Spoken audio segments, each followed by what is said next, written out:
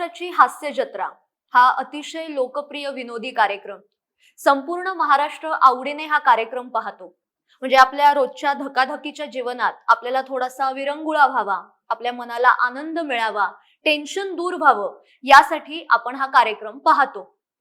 पण तुम्हाला माहितीये का, आपल्या राजकारणात सुद्धा अशीच एक हास्य जत्रा आहे आणि या हास्य जत्रेचे महारथी सुद्धा आहेत. ते महारथी म्हणजे आपले उद्धव जनाब. आता काय बोलावं यांच्याविषयी. सध्या काय झालंय, त्यांची जरा इमारत ढासळलीये त्यांच्या पक्षाची. एक एक करून त्यांचे खासदार, त्यांचे नेते त्यांना सोडून जात आहेत. त्यामुळे ते जरा सैरभैर झालेत. आपण काय बोलतो हेच त्यांना कळत नाहीये. कधी कधी ते इतकं अर्थहीन बोलतात, म्हणजे आपण काय बोलतोय, कशाशी यमक जुळवतोय हे त्यांनाही कळत नाही. आणि कधीतरी असं बोलतात की आपण हसल्याशिवाय राहू शकत नाही, इतकं ते विनोदी असतं. आज मी काही त्यांच्यावर टीका करणार नाहीये, पण त्यांची सध्याच्या काळातली, गेल्या काही दिवसातली जी विनोदी विधानं आहेत ती आपण ऐकणार आहोत आणि त्यावर आपण मनमुराद हसणार आहोत. तुम्ही जर थकून घरी आलात आणि तुम्हाला कंटाळा आलेला असेल, कामाचं टेन्शन असेल, तर उद्धवजींची ही काही विधानं तुम्ही ऐकाच. तुमच्या चेहऱ्यावर हसू उमटणारच आणि तुमचं जे टेन्शन असेल ना, ते कुठल्या कुठे दूर पळून जाईल. मग कुठल्याही बामची तुम्हाला गरज नाहीये. आज जरा ही जी हास्य जत्रा आहे राजकारणातली ती आपण ऐकूया. त्यांच्या नावातच शी आहे. उबाठा नाही, उद्धव बाळासाहेब ठाकरे. कारण ज्यांच्या घशात बाठा अडकतो बाळासाहेबांचं नाव घ्यायला ते उबाठा म्हणतात. तर ते उद्धव बाळासाहेब ठाकरे. बाळासाहेब हे नाव असं घेऊ शकत नाहीत. बाळासाहेबांचे जे विचार मानतात त्यांच्या घशात बाळासाहेबांचं नाव घेताना बाठा अडकायचं कारण नाहीये. आणि ज्यांच्या घशात बाठा अडकतो त्यांना त्यांचं ऑपरेशन केलं पाहिजे. विधान परिषदेच्या निवडणुकीमध्ये कारण हे बहुतेक सगळे एसनशी आहेत ना, ते असं म्हणतात. एसनशी गट जो आहे गद्दार, एसनशी त्यांच्या नावातच शी आहे. काय बोलावं आता. काय तर म्हणे त्यांच्या नावातच शी आहे. म्हणजे हा कुठला विनोद आहे. हल्लीची लहान मुलं सुद्धा अशा प्रकारचे बालिश जोक अजिबात मारत नाही. कोविड काळामध्येच उद्धवजींच्या शाब्दिक कोट्यांचा अनुभव संपूर्ण महाराष्ट्राने घेतला, पण आता हे पुन्हा सुरू झालंय. यांच्या अशा बोलण्याने जनता सुद्धा यांची फिरकी घेतीये. जरा कमेंट वाचा. नळावरच्या भांडणात उद्धवजीच जिंकतील याची जनतेला खात्री वाटायला लागलीये. वटपौर्णिमेवर सुद्धा उद्धवजी जे बोललेत ना, त्याला खरंच तोड नाही. म्हणजे कसं सुचतं त्यांना. वटपौर्णिमा, आता वट आहे, पौर्णिमा आहे की नाही कल्पना नाही. वटपौर्णिमा, आता वट आहे, पौर्णिमा आहे की नाही कल्पना नाही. नहीं, अभी और सुनिए. वडापाव माहितीये, पण वडापाव म्हणजे वटसावित्रीचा वड गेला, त्याच्यावरती फेऱ्या मारणं गेलं. पण वडापाव म्हणजे वटसावित्रीचा वड गेला. तुझी बडबड ऐकून भगवान आली मला. व्हॉट्सअपचे जे फॉरवर्डेड जोक्स असतात ना, तसा दर्जा झालाय उद्धवजींच्या या विनोदाचा. म्हणजे वटपौर्णिमा, वड आपण बाजूला ठेवू, पण राजकारणातली जी वट आहे ना, ती उद्धवजींची जरा कमी झालीये. पण तुमची मनोरंजनावरची आणि शाब्दिक कोट्यांवर जी वट आहे ना, ती राजकारणात कोणत्याच नेत्याकडे नाहीये, हे मात्र तितकंच खरं.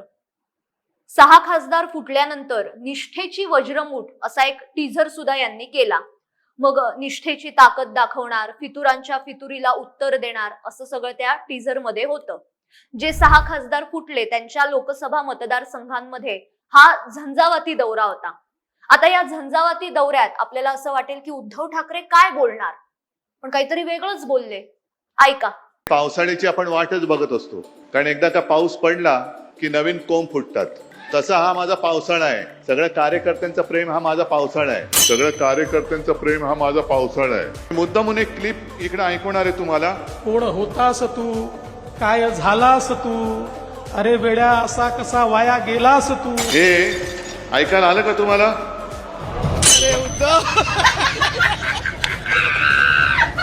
कार्यकर्ते म्हणजे कोंब आणि कार्यकर्त्यांचं प्रेम म्हणजे पावसाळा.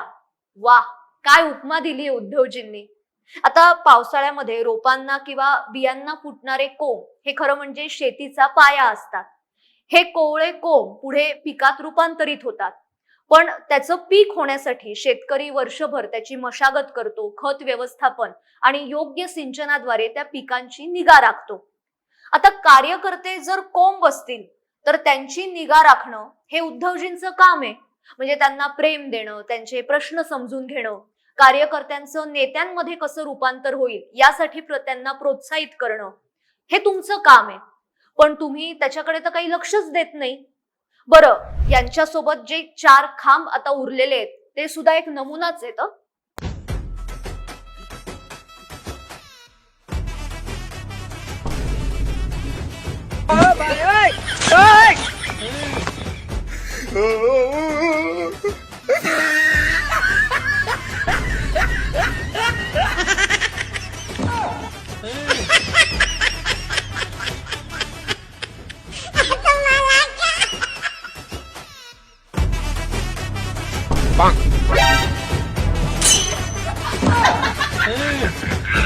आता काय म्हणायचं यांना, एकाच हारात घुसण्यासाठी किती तो आटापिटा, मान मोडेपर्यंत वागतायत ते अरविंद सावंत.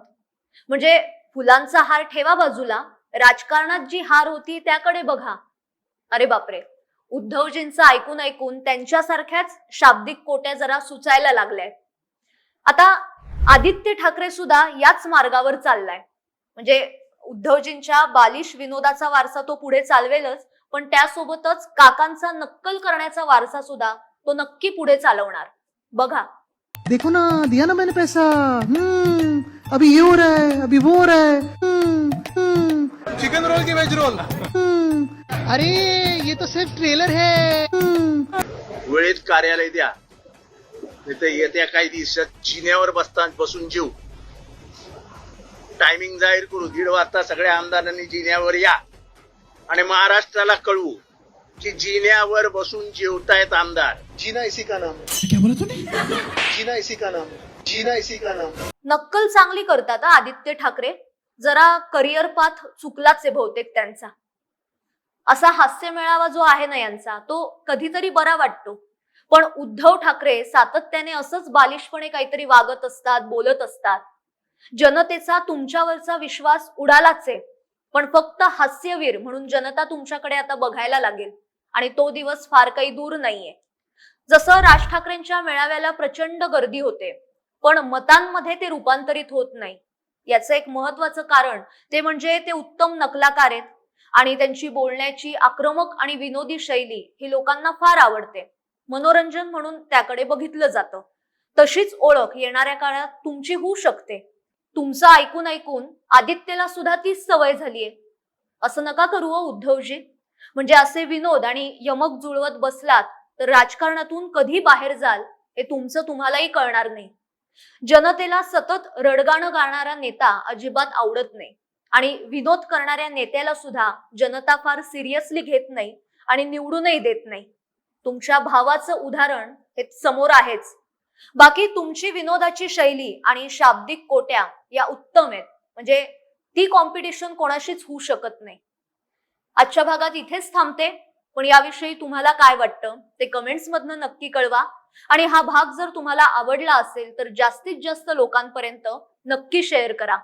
अशाच वेगवेगळ्या विषयांवर आपण रोज भेटणार आहोत, रोज बोलणार आहोत.